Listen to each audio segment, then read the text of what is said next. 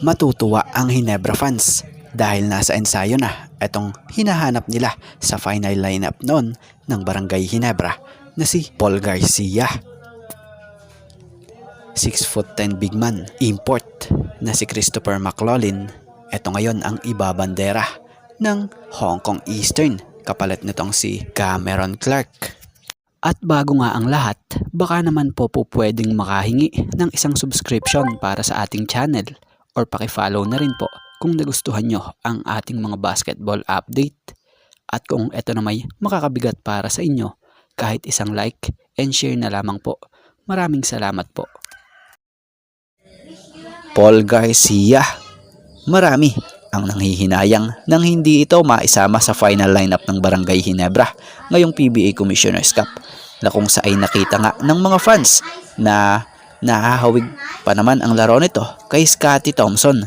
Kaya kung mapapansin nyo hindi niya nga po sinayang noon yung pagkakataon at nagpakitang gilas talaga noon sa Ginebra. Dahil gaya nga ng iba, marami din ang hindi nagtitiwala sa kakayahan nito. Pero nang matesting nga ito sa Ginebra, grabe yung laro, sobrang sipag talaga. Kaya naman nakakuha ito ng 2-year deal ito dito sa Ginebra kung matatandaan nyo nung nakaraan, nung mga nakalipas na buwan. So sa mga hindi nakakaalam kahit na wala na sa final lineup ng Ginebra itong si Paul Garcia, ay siya nga po'y nananatiling kasama sa Ginebra. Dahil inuulit natin 2-year deal nga po ang pinirmahan nito rito. At siguro sa ngayon hindi pa ito yung time niya para ma-line up siya. Dahil may mga senior pa nga po na kailangan tapusin din yung kontrata na nasa final lineup bago siguro siya i-activate. So si Paul Garcia malinaw at legit na kabarangay pa nga rin yan para sa mga fans na naghahanap dito. Sana yan nasagot na yung mga katanungan nyo dahil sa isang video footage nga po na ito na nilabas ni Sir Ginebra Boys Ball Ballers. Kung mapapansin nyo, etong hinahanap nyong si Paul Garcia ito nag-e-ensayo sa Barangay Ginebra.